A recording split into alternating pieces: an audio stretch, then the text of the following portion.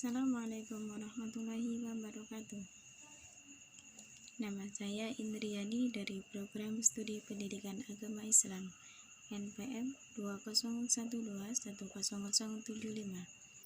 Di sini saya akan menyampaikan materi mengenai strategi dan intervensi konseling. Langsung saja pada pembahasan yang pertama, yaitu A. Konseling sebagai profesi bantuan.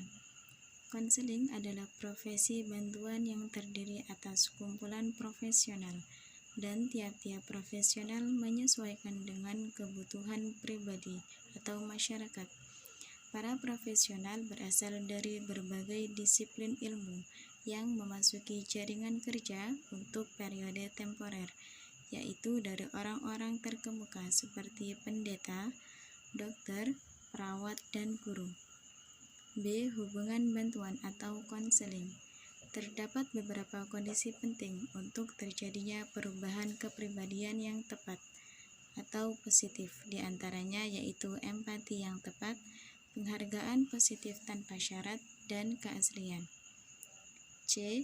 Attending terhadap klien. Attending yaitu kemampuan mendengarkan secara aktif dan penuh perhatian terhadap klien, yang berupa perlakuan verbal maupun nonverbal yang tepat secara budaya yang berfungsi melibatkan klien dalam profesi konseling.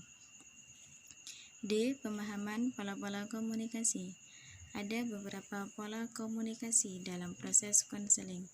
Ada yang berbentuk ritual, responsif, dan interaktif. Pola komunikasi bentuk ritual ditunjukkan dengan perilaku rutin yang ditunjukkan oleh konselor dan klien. E. Pengelolaan kegiatan konseling. Untuk langkah awal yaitu dengan wawancara. Ada beberapa bentuk tujuan yang hendak dicapai dalam kegiatan konseling awal ini. Di antaranya yaitu mengurangi kecemasan klien, menahan diri untuk tidak berbicara terlalu banyak, mendengarkan dengan seksama apa yang dikatakan klien, dan berusaha untuk menata kembali kata-kata yang disampaikan oleh klien. F. Responding terhadap kognitif. Jenis respon yang dapat digunakan dari stimulus yang menghasilkan isi kognitif adalah: yang pertama, diam; yang kedua, meminimalkan aktivitas verbal seperti kata-kata oh, ya, dan sebagainya. Yang ketiga, menyatakan kembali seluruh atau sebagian apa yang dikomunikasikan klien.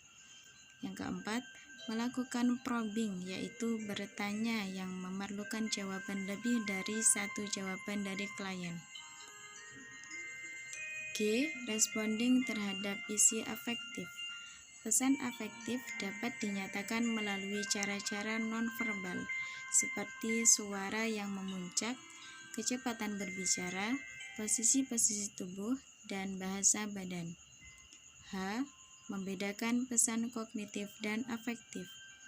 Proses memilih antara topik-topik kognitif dan afektif dinamakan differentiation. Proses ini dilakukan oleh konselor bergantung pada apa yang terjadi dalam interaksi dan apa yang dibutuhkan oleh klien. Terdapat beberapa respon yang bermanfaat untuk membedakan antara topik kognitif dan afektif, yaitu respon penekanan, respon bahwa klien itu potensial, dan konfrontasi. I. Penyesuaian strategi dan interferensi. Konselor harus mempunyai strategi untuk mencapai tujuan yang diinginkan klien. Di antaranya yaitu penyeleksian strategi, pelaksanaan strategi, dan penilaian strategi. C. Penggunaan intervensi konseling.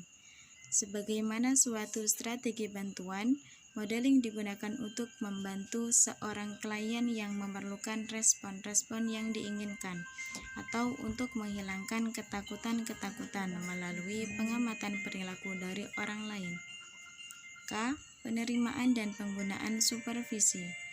Untuk memahami supervisi, kita perlu mengetahui apa yang terjadi dalam supervisi, siapa yang memberikan supervisi, dan dalam konteks apa supervisi terjadi. Yang menjadi fokus supervisi yaitu yang pertama, keterampilan-keterampilan proses konseling, keterampilan-keterampilan konseptualisasi. Yang ketiga, keterampilan-keterampilan personalisasi. Dan yang keempat, keterampilan-keterampilan profesional.